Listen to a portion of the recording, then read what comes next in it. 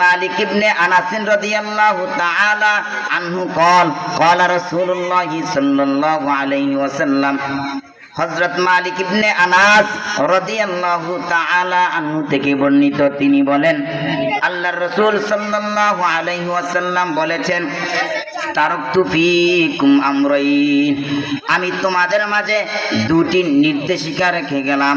Lung তাদিল্লু মা তামাসসাকতুম বিহিমা কিতাবাল্লাহি ওয়া সুন্নাত রাসূলিহি।